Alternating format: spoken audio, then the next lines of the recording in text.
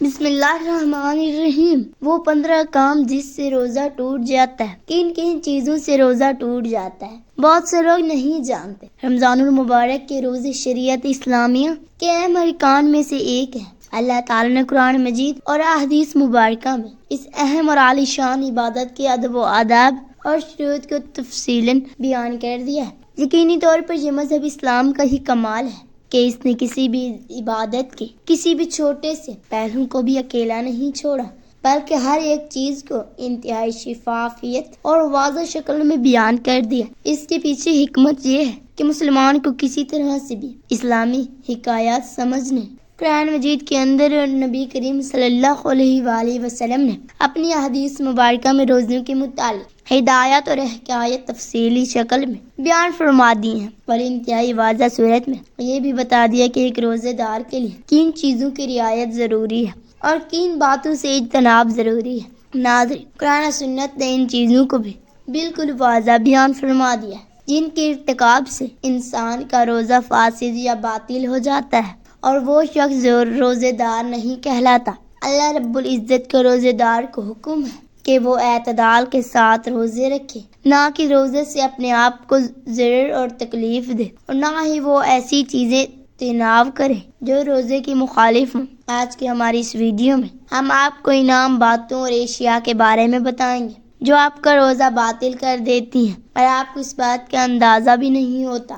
آپ پورے دن کی بھوک پیاس کاٹنے کے بعد بھی ثواب سے محروم رہ جاتے ہیں۔ ناظرین، روزہ توڑنے والی اشیاء کی دو قسمیں ہیں۔ پہلی قسم، یہ قسم استفراغ اور استفراغ جو ہے، مثال کے طور پر جماع کے کرنا، حیض اور نفاس، ان اشیاء کے نکلنے سے جسم کمزور ہو جاتا ہے، اس لیے اللہ تعالیٰ نے مفسدات صوم یعنی روزہ توڑنے والی اشیاء قرار دیا۔ اس کی وجہ یہ ہے کہ ان معاملات سے گزرنے کے بعد روزے دار کو دو کمزوریوں کا سامنا کرنا پڑتا ہے۔ ایک روزے کی کمزوری، دوسرے جسم سے ان اشیاء کے نکلنے کی وجہ سے پیدا ہونے والی کمزوری۔ یہ دونوں کمزوریاں روزے دار کو ضرر اور نقصان دیتی ہیں اور اس کے روزہ اعتدال سے نکل جاتا ہے۔ دوسری قسم، اس قسم میں وہ تمام اشیاء آتی ہیں جو کہ جسم کے اندر داخل ہونے اور پیٹ بھرنے والے ہیں، مثلا کھانا پینا۔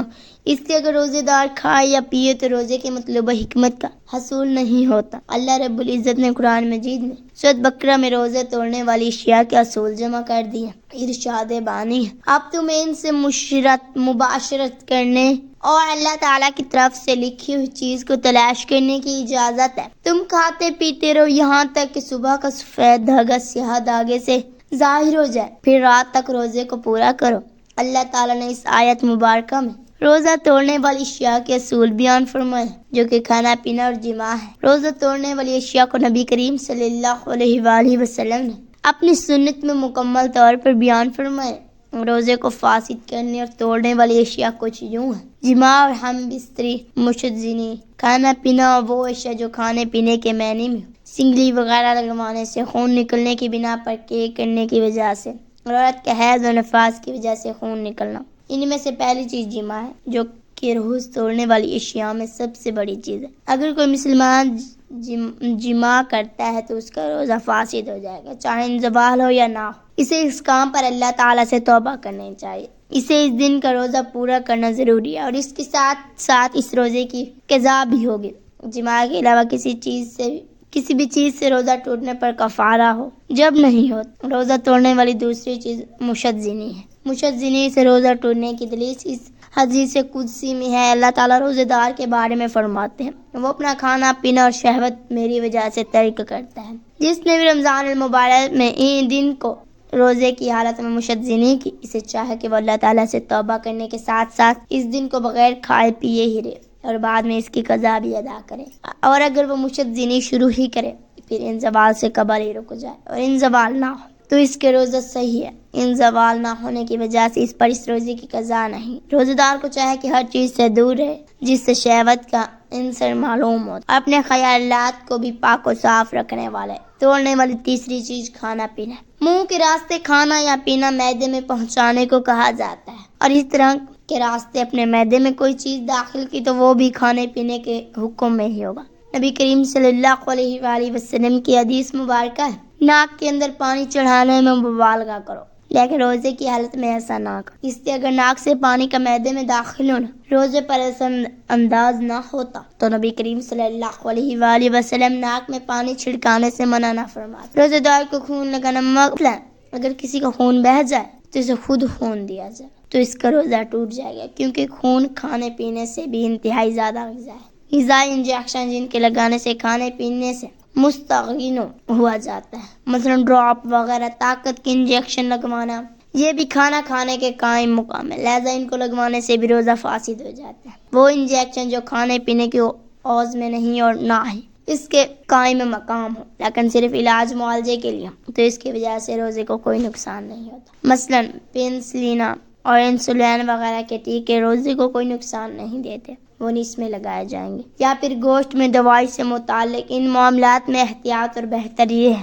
کہ سب کچھ رات کے وقت سے کیا جائے اور روزے کی حالت میں استعمال سے بچا جائے۔ روزہ توڑنے والی اگلی چیز ہے کیک کرنا۔ جان بوجھ کر کیک کرنے کے بارے میں نبی کریم صلی اللہ علیہ وآلہ وسلم کی حدیث مبارکہ ہے، جس پر کیک غالب ہو جائے تو اس پر روزے کی قضا نہیں، اور جو جان بوجھ کر خود کیک کرے اس پر روزے کی قضا ہوگی۔ علماء کرام کا اجماع ہے کہ جو بھی مسلمان جان بوجھ کر کیک کرے گا اس کا روزہ باطل ہے۔ اگر معدہ خراب ہو کر اوپر کو آئے تو اس پر کیک روکنا لازم نہیں، کیونکہ ایسا کرنے سے اس بندے کے لیے یہ عمل نقصان دہ ہے۔ روزہ توڑنے والی اگلی چیز ہے حیض اور نفاس کے خون کا اخراج۔ نبی کریم صلی اللہ علیہ وآلہ وسلم کی حدیث مبارکہ ہے کہ ایسا نہیں کہ جب تم میں سے کسی ایک کو حیض آتا ہے تو وہ روزہ رکھتی ہے، نہ ہی نماز پڑھتی ہے۔ جب بھی روزہ حیض یا نفاس کا خون دیکھے تو اس کا روزہ فاسد ہو جائے گا، چاہے غروب آفتاب سے چند لمحات قبل کیوں نہ آ جائے۔ لیکن اگر حیض کے خون کے انتقال کو محسوس کر لے لیکن خون کا اخراج غروب آفتاب کے بعد ہی ہو تو وہ روزہ صحیح ہوگا اور اس دن کے روزے سے کفایت کرے گا۔ ناظرین، ان باتوں کے علاوہ جھوٹ بولنا،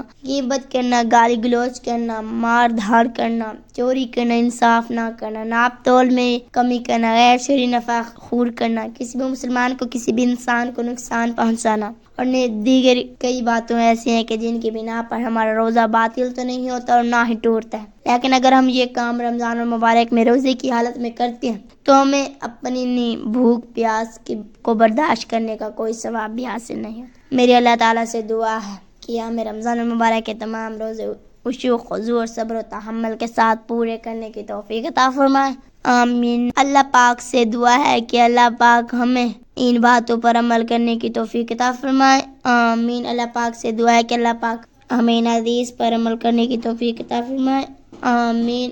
میرا پڑھنا اور آپ کا سننا اللہ تعالیٰ اپنی بارگاہ الہی منظور و مقبول فرمائے، آمین۔ اپنا خیال رکھیے گا، دعاؤں میں یاد رکھیے گا، آمین یا رب العالمین۔ ناظرین، کمنٹ باکس میں اللہ تعالیٰ اور ہمارے پیارے نبی حضرت محمد صلی اللہ علیہ وآلہ وسلم کے ناموں میں سے ایک نام ضرور ٹائپ کریں، شکریہ۔ اگر ویڈیو اچھی لگی ہو تو ویڈیو کو لائک اور چینل کو سبسکرائب ضرور کیجیے۔